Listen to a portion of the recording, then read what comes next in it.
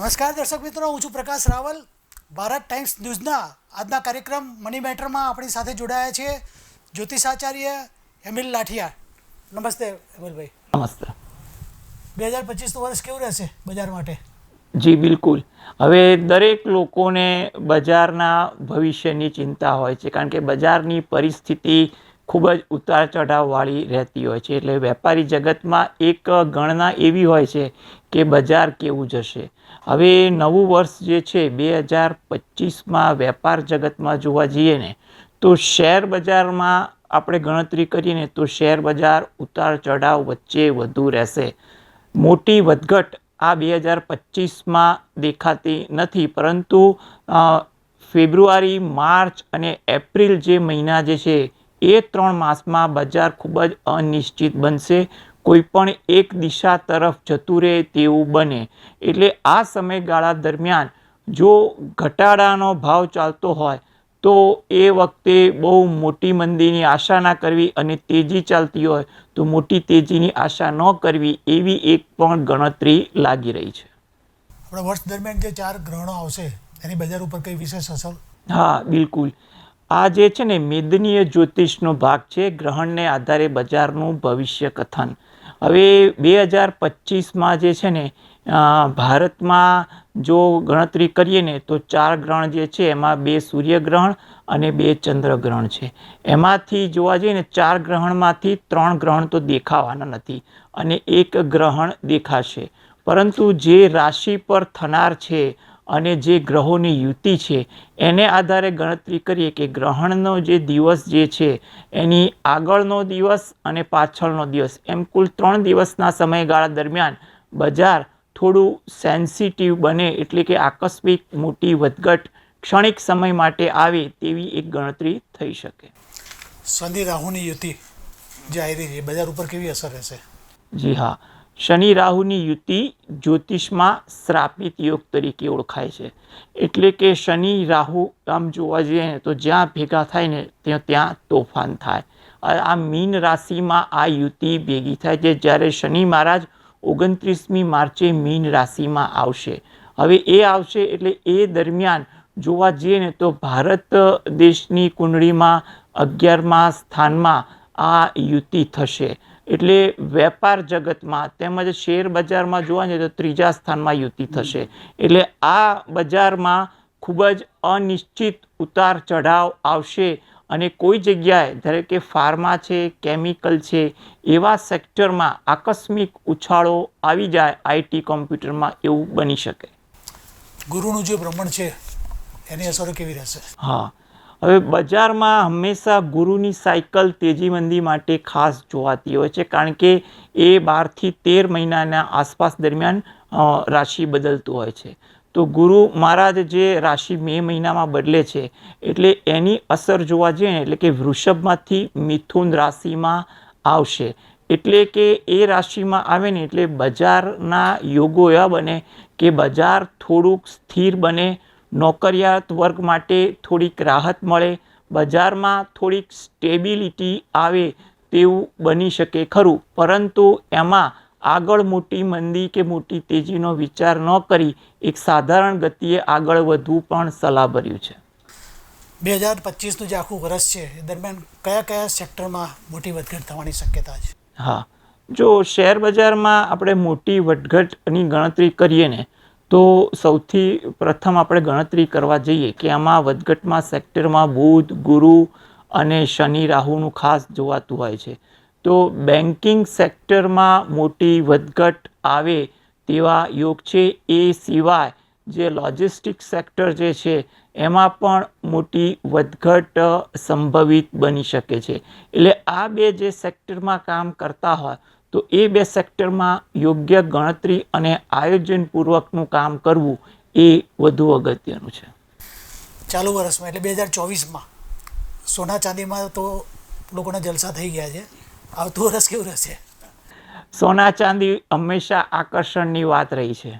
હવે એવું કહેવાય છે કે સોના ચાંદીમાં હંમેશા ગણતરી કરવા જઈએ ને તો એ ગ્રહોની યુતિ એટલે કે સોનામાં ગણતરી કરીએ તો એક સાધારણ નવો ભાવ વધારો બતાવી શકે ખરો 2024 કરતાં, પણ મોટો વધારો દેખાતો નથી, પરંતુ કેટલાક ઘટાડાઓને તમારે પચાવવા પડે. એવી જ રીતે ચાંદી પણ ચંચળતા વચ્ચે એક સામાન્ય ભાવ વધારો લાસ્ટ હાઈ કરતાં આગળ જાય તેવું એક અનુમાન લગાવી શકાય. આખા વર્ષ દરમિયાન કયા પ્રકારના ગ્રહયોગ કે જેના કારણે બજારની અસરકારકતા ઉપર ફરક પડે? હા, જો આ બહુ જ સરસ છે. દરેક વેપારીઓ આ વસ્તુ જોતા હોય છે, પંચાંગ જોતા હોય છે. એટલે ગ્રહયોગ જોવા જઈએ ને તો સૌથી અગત્યની વસ્તુ કે ચંદ્રની ગતિ, ગ્રહોના ઉદય અને અસ્ત અને યુતિ બજાર પર ખૂબ જ અસર કરે છે. આ વર્ષ દરમિયાન બુધ ગ્રહના અસ્ત ઉદય અને શનિ ગ્રહના ઉદય અસ્ત વચ્ચે જોવા જઈએ ને તો શેર બજારમાં બેન્કિંગ, પાવર, આઈટી, ગેસ સેક્ટરમાં મોટી વધઘટ કરાવી શકે આ ગ્રહ યુતિ, અને તેમજ ચાંદીમાં પણ ખૂબ જ ચંચળતા બતાવી શકે. એટલે જ્યારે પણ ગ્રહોના ઉદય અસ્ત થાય ત્યારે ચોક્કસ યોગ્ય ગણતરી કરી આગળનું દિશા નક્કી કરવી, કારણ કે ઘણીવાર ઉદય અસ્ત દરમિયાન ચાલુ ટ્રેન્ડ બદલાઈ નવો ટ્રેન્ડ આવતો હોય એવું પણ માનવામાં આવે છે. એમિલભાઈ, રાહુ અને કેતુ આના રાશિ બ્રહ્માંડની અસર કયા સમયગાળામાં પડવાની શક્યતા છે? જો રાહુ કેતુથી લોકો ડરતા હોય છે, પરંતુ રાહુ કેતુ છે ને બજારમાં છળ કપટ કરતા હોય છે. 18 મે રાહુ ને કેતુ પોતાનું સ્થાન બદલે છે. હવે એ સ્થાન બદલે છે ને એટલે કે એમ કહેવાય કે આ યુતિ ખૂબ જ આકસ્મિક રીતે ઘણા સેક્ટર પર અસર કરશે, જેમાં પણ આપણે જોવા જઈએ ને કે ધાર્યા કરતાં વધારે ભાવ વધારો કે ઘટાડો આ યુતિ બતાવી શકે ખરી. એટલે કોઈ પણ પ્રકારનું જો ટૂંકા ગાળાનું આયોજન શેર બજારમાં કે કોમોડિટી બજારમાં, ટૂંકા ગાળા એટલે એફએનડોમાં જે 1 મહિના કે 2 મહિનાનું કામ કરતા હોય એવા લોકોએ આ ભ્રમણ દરમિયાન ખૂબ જ તકેદારી રાખવી, કારણ કે આમાં બજારની દિશા ક્યારે બદલાઈ જાય એ અનુમાન લગાવવું મુશ્કેલ છે. છતાં પણ આ બજારમાં જો ટ્રેન્ડ પહેલાં નરમ પડે તો ચોક્કસ સુધરશે, અને જો ઉછાળો હોય તો પણ નરમ પડે, કારણ કે છેતરામણીની ચાલ તો શરૂઆતમાં દેખાડશે ખરી. આવતા મહિને કેન્દ્રીય બજેટ આવશે. બજેટ કેવું હશે કે એની કેવી અસરો પડશે બજાર ઉપર? બજેટની અસર તો જોવા જઈએ ને દરેક લોકો, દરેક ઇન્ડસ્ટ્રીઝને અસર કરે છે. એમાં શેર બજાર પર વધારે અસર કરે છે. બજેટની જે ફેબ્રુઆરી માસમાં આપણે જે તારીખના અનુમાન છે અને એ વખતના ગ્રહ યોગ જોતા જોવા જઈએ તો આ વખતના જે ગ્રહ યોગને કારણે એટલું કહી શકાય કે સરકાર જોવા જઈએ ને તો સામાન્ય રીતે જે પબ્લિક જે છે કે રોજબરોજનું કામ કે સામાન્ય જીવનજીવનનું કામ છે એવા લોકો માટે કંઈ સુધારાને લગતું કોઈ કાર્ય કરે અને એને કારણે અમુક ઇન્ડસ્ટ્રીઝને કોઈ મોટો ફાયદો ન થાય તેવું બને, અને અથવા કોઈ નવા એવા છુપા કરવેરા પણ લાવી શકે જેને કારણે ધંધાકીય બજારમાં થોડાક ઉછાળા પછી બજાર થોડો વખત સમી પણ રહે તેવી પણ એક ગણતરી લાગી રહી છે. શેર બજાર લજામણીના છોડ જેવું છે, વધારે પડતું સેન્સિટિવ છે. આ વર્ષ દરમિયાન વૈશ્વિક કોઈ ઘટનાઓ એવી સંભવિત છે કે જેની આપણા માર્કેટ ઉપર મોટી અસર પડે? જી, આ પણ બહુ જ અગત્યનું છે, કારણ કે શેર બજારમાં વૈશ્વિક બજારનું પણ ધ્યાન અપાતું હોય છે, ઇમ્પોર્ટ એક્સમાં પણ અપાતું હોય છે. હવે વસ્તુ એવી છે કે હાલમાં બજારમાં ગ્રહોની યુતિ એટલે કે મે મહિના પછી થોડીક રાજકીય અસ્થિરતા અથવા રાજકીય જે વાતાવરણ જોવા મળે ને એની પણ બજાર પર અસર પડી શકશે. તદુપરાંત બજારમાં વૈશ્વિક સ્તરે અન્ય દેશો વચ્ચે જે યુદ્ધની વાતો છે એ યુદ્ધ કરતાં યુદ્ધની વાતો પણ ઘણીવાર બજાર પર અસર કરે તેવું બની શકે. પરંતુ ભારત દેશની જે કુંડળી છે અને ભારત દેશમાં જે ગ્રહોના ગોચર ફરી રહ્યા છે એ મુજબ જોવા જઈએ ને તો ભારત દેશને કોઈ મોટો વાંધાજનક કોઈ વાત બને તેવું લાગતું નથી. ગુરુના પરિભ્રમણની શું અસર પડશે?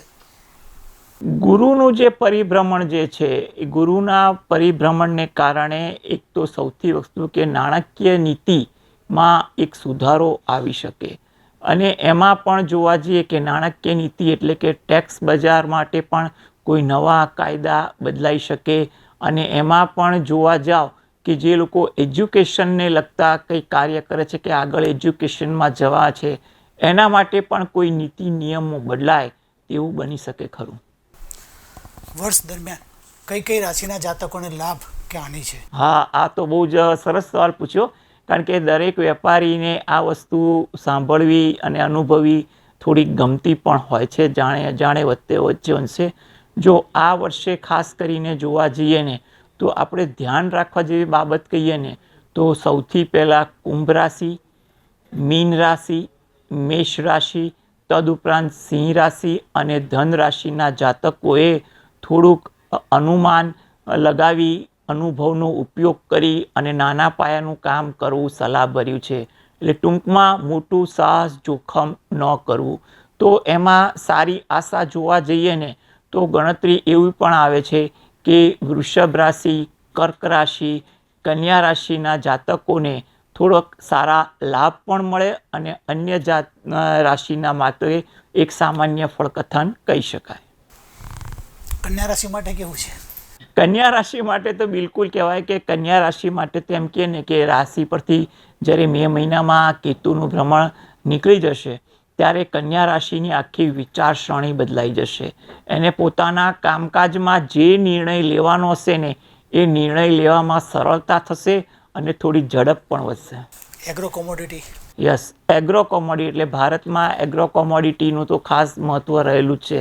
એગ્રો કોમોડિટી માટે જોવા જઈએ ને તો એમાં ખાસ કરીને બુધ અને શનિના ઉદય અસ્તનો સમયગાળો માપવો જરૂરી છે. એમાં પણ કેટલીક એગ્રો કોમોડિટીમાં જોવા જઈએ તો એરંડા છે, ગુવાર ગમ છે, ગુવાર સીડ છે, રાયડો છે અને તલ છે. આ વસ્તુઓમાં એક સામાન્ય સારો સુધારો કે લાંબા ગાળાનું આયોજનના યોગ બનાવી શકે. જ્યારે મરચાં છે, રાજમા છે, ચણા છે એવી વસ્તુઓમાં જોવા જઈએ ને તો એકંદરે આયોજન હશે તો એમાં કંઈક લાભ થઈ શકે. જ્યારે કપાસને લગતું કોઈ કામ કરે છે, જવને લગતું કોઈ કામ, મગફળીને લગતું કોઈ કામ કરે છે એવા લોકોએ અનુભવ, માર્ગદર્શન ને તકેદારી રાખવી સલાહભરી છે. આ બધી જ બાબતોને ધ્યાનમાં રાખે છતાં કયા પ્રકારની તકેદારી શેર બજાર માટે જરૂરી છે? જી બિલકુલ. જો શેર બજાર માટે તકેદારી એવી વસ્તુ છે કે સૌથી પહેલાં પોતાનો અનુભવ, પોતાનું કામકાજ સીમિત અને પોતાના આરાધ્ય દેવને માનવું ઉચિત છે. કારણ કે કોઈની દેખાદેખીમાં વધુ કામ કે ઉતાવળિયું કામ ન થાય એ દરેક વર્ગ માટે સલાહભર્યું છે. એટલે પોતાના ગજા મુજબ, આવડત મુજબનું કામ કરવું એ તકેદારીનો સૌથી પહેલો પગથિયું છે. ખાસ કરીને 2025ના વર્ષ દરમિયાન વેપારીઓએ કયા પ્રકારના દેવદેવીની આરાધના કરવી જોઈએ? હા, જો સૌપ્રથમ તો દરેક વેપારીને દેવદેવી પર શ્રદ્ધા હોય છે. જે પોતાના આરાધ્ય દેવની ભક્તિ કરે છે તો કરવાની જ. તદુપરાંત જો ખાસ કરીને એવું કહેવાય કે જે લોકોને નિર્ણય લેવામાં ખાસ તકેદારી રાખીને ધંધો કરવો હોય, જેમ કે શેર બજાર, કોમોડિટી બજાર જેવા ધંધામાં, તેવા લોકો માટે ખાસ કરીને જોવા જઈએ તો પોતાના વ્યવસાય સ્થળે પણ પોતાના ભગવાનને પૂજા અગરબત્તી સાથે પોતાના આરાધ્ય દેવની ભક્તિ કરવી. અને જો શક્ય હોય તો વેપારી વર્ગ શ્રીયંત્રના પાઠ શ્રીયંત્ર સમક્ષ શ્રીયંત્ર માટેના શ્રી સૂક્તના પાઠ વાંચે એ અતિ ઉત્તમ છે. તેમજ રાત્રે ઘરે બેસીને હનુમાન દાદાની ભક્તિ કરવી એ પણ વધુ અગત્યનું છે. રજાના દિવસ હોય કે સમય મળે ત્યારે નજીકના શંકર ભગવાનના મંદિરે પણ જવું અથવા પોતાના ઈષ્ટદેવના મંદિરે પણ જવું એ પણ સલાહભર્યું છે. તો આ હતા શ્રી એમિલભાઈ લાઠિયા. મની મેટરના ખાસ કાર્યક્રમમાં ફરી મળીશું નવા વ્યક્તિત્વ સાથે. ત્યાં સુધી રજા આપશો. નમસ્કાર.